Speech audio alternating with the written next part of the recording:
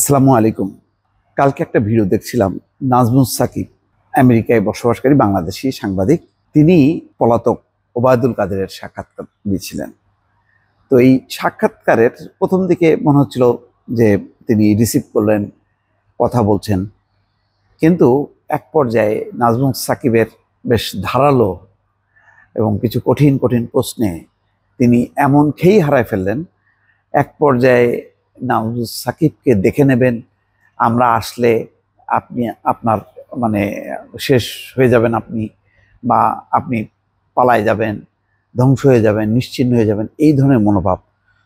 তো এই যে বলা হয় রাজনীতিতে যে আওয়ামী লীগের বিন্দুমাত্র অনুশোচনা নেই, এই যে এত বড় একটা ধাক্কার পরেও তারা যে একেবারে পুরো মন্ত্রিসভা, পুরো পার্লামেন্ট, পুরো বিচার বিভাগ, এমনকি বায়তুল মোকাররমের প্রধান খতিব সহজে পালায় গেল, এবং এটাকে তারা ইন্ডিয়া এবং তারা মিলে এটাকে জঙ্গি তকমা দেওয়ার চেষ্টা করলো, যে এটা জঙ্গিদের একটা উত্থান ঘটছে।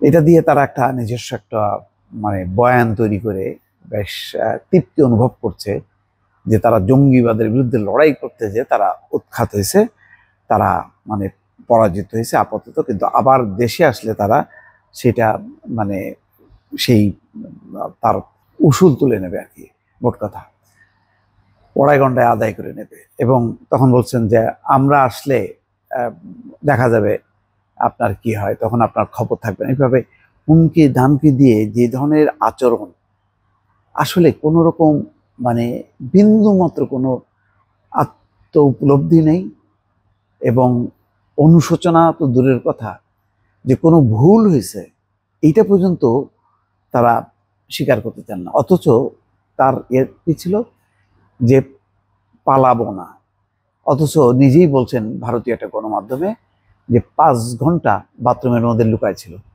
তারপরে ছাত্ররাই তাকে রক্ষা করছে। তারপরে নাকি 3 মাস তিনি অপেক্ষায় ছিলেন যে কোনো শ্রমিক অসন্তোষ, গার্মেন্টস শ্রমিকদের অসন্তোষ, এইগুলিকে পুঁজি করে কিছু একটা করা যায় কিনা, একটা গল্প ফাঁদলো আর কি, যে তিনি আপ্রাণ চেষ্টা করছেন, তিনি আওয়ামী লীগের সাধারণ সম্পাদক, অথচ তিনি যে একটা একটা বিনোদনের উপাদান, তিনি যে একটা প্রতিহিংসার একটা প্রতীক, এইটা কিন্তু ভুলে যাচ্ছেন।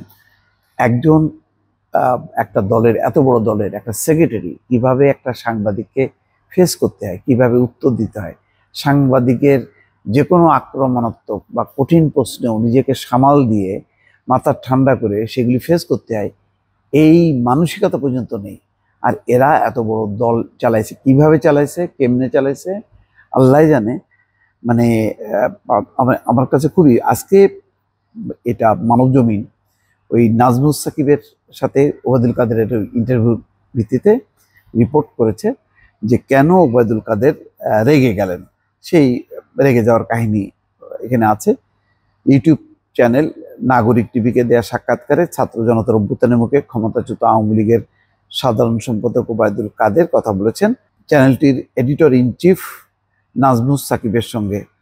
সাক্ষাৎকারে গণঅভ্যুত্থান নিয়ে নানা প্রশ্নের জবাব দেন, তবে এক পর্যায়ে প্রশ্নের জবাব দিতে গিয়ে বেশ রেগে যান, এবং দেখলাম যে শেষ পর্যন্ত এটা লাইনটা তিনি কেটে গেলেন। তার উল্লেখযোগ্য অংশ বলি যে, এবং তিনি বলতেছেন যে শেখ হাসিনা এখনো এত জনপ্রিয়, বলছেন যে এখন বাংলাদেশে আপনারা ওপিনিয়ন পোল নেন, মানুষ কাকে সমর্থন করে, আমি সে কথাই যাচ্ছি বারবার। তো আপনি যেহেতু আওয়ামী লীগ করেন, আপনি ভাববেন বা বিশ্বাস করেন। ওবায়দুল কাদের বলছেন যে আমি সে কথা ভাববো কেন, দেশের পাবলিক ওপিনিয়ন কি এটা আপনি জানেন না, এখন আপনি একটা দলের সমর্থক হলে তো জানবেন না, এটাই স্বাভাবিক, আপনি তো biased, when you are a biased as a journalist, আপনি ঢালাও অভিযোগ করছেন। সাংবাদিক বলতে কারা বায়াসড ছিল না? এই নাঈমুল ইসলাম খানের মতো লোকেরা শেখ হাসিনার প্রেস কনফারেন্সে গিয়ে ভালো ভালো কথা বলতো, উত্তরে কাদের রাগান্বিত হয়ে বলেন তাদের কথা বাদ দেন, আপনি নিজেই তো বায়াসড। আমি সবার কথা তো বলছি না, তা আপনি নিজেও তো সাংবাদিকতা করেছেন, আপনি জানেন সাংবাদিকদের কাজ হচ্ছে প্রশ্ন করা। আমি এই প্রশ্নটাই আপনাকে করেছি। জবাবে কাদের বলেন, প্রশ্ন করে লাভ নেই, প্রশ্ন করে যেটা নেবেন সেটা লিখতে পারবেন না, কারণ আমি আওয়ামী লীগের জেনারেল সেক্রেটারি, সেটা আপনি প্রচার করতে পারবেন না। কিন্তু প্রচার তো করলোই। আপনাদের এখনো কি কোনো অনুশোচনা বা আত্ম উপলব্ধি হয়েছে? মানে আপনারা যা করেছিলেন সেগুলি ঠিক ছিল না। ওবায়দুল কাদের তখন বলছেন যে আমাদের আত্ম উপলব্ধি, আমাদের আত্মসমালোচনা থাকতে পারে এবং সেটা নিয়ে আমরা চর্চা করব যখন আমরা দেশে ফিরব। সেখানে আলোচনা করে যদি ভুল হয়ে থাকে সেই ভুল স্বীকার করব, সেটা দেশে বিদেশে বসে নয়। কিন্তু দেশে যাওয়ার মতো বাস্তবতা আপনাদের কি হবে আদৌ?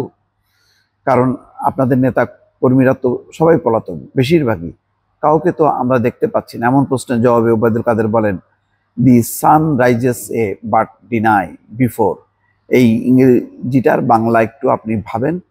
এই ধরনের অবস্থা থেকে you can get out of this. এখন আমরা যে অবস্থা আছি, we can get out of the gutter. আমি সেটাই মনে করি। কিন্তু আপনারা এই গেটারে পড়লেন কেন? কাদের বলেন, আমি আপনাকে বলছি, মানুষ এখন কেন মনে করছে এমন আন্দোলনে যারা অংশ নিয়েছে, সেটা জঙ্গি উত্থানে, তারাও কেন এখন মনে করছে তারা ভুল করেছে? অর্থাৎ মানুষ নাকি ভুল করেছে, জঙ্গিদের উত্থান হয়েছে। আরেক প্রশ্নের জবাবে রাগান্বিতভাবে ওবায়দুল কাদের বলেন, আপনার এই চেহারাটা, বক্তব্যটা কোথায় যাবে যদি আমরা ফিরে যাই? তখন তো আপনাকে খুঁজে পাওয়া যাবে না। তখন নাজমুস সাকিব বলছে, মানে কি আপনারা কি আবার সেই প্রতিহিংসা রাজনীতি করবেন যারা সমালোচনা করছেন? জবাবে ওবায়দুল কাদের বলছেন, হয়তো রিসেন্ট একটা রাজনৈতিক ক্যারেক্টার আছে, সেটার প্রকাশ ঘটাচ্ছেন। নাজমুস সাকিব বলেন, না, আমি সাংবাদিক হিসাবে আপনাকে জাস্ট প্রশ্ন করছি।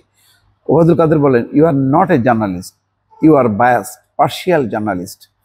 নাজমুস সাকিব বলেন, বায়াসড কে নয়? নাঈম ইসলাম খানের মতো লোকেরা। ওবায়দুল কাদের বলছেন, নাঈম ইসলাম খানের একটা নিউট্রালিটি থাকে, এইটা আপনার নাই। আপনি তো মানে এটা করতেছেন একটা পক্ষ হয়ে। ইউনূসের লোকেরা যেভাবে বলে, ফান্ডামেন্টালিস্টরা আজকে যেভাবে আমাদের বিরুদ্ধে বলে, আপনি তাদের সেই চিন্তা চেতনা প্রতিধ্বনি করছেন। যাই হোক, এই হচ্ছে ব্যাপার। মানে নাজমুস সাকিব দেশে টিকতে পারবে না, থাকতে পারবে না, তাদের কোনো ভুল নাই। এবং এখন শেখ হাসিনা মানে অত্যন্ত জনপ্রিয়, তার পপুলারিটি বেড়ে গেছে। এই বয়ান নিয়ে বসে আছে ওবায়দুল কাদের। দর্শক ভালো থাকবেন, আল্লাহ হাফিজ।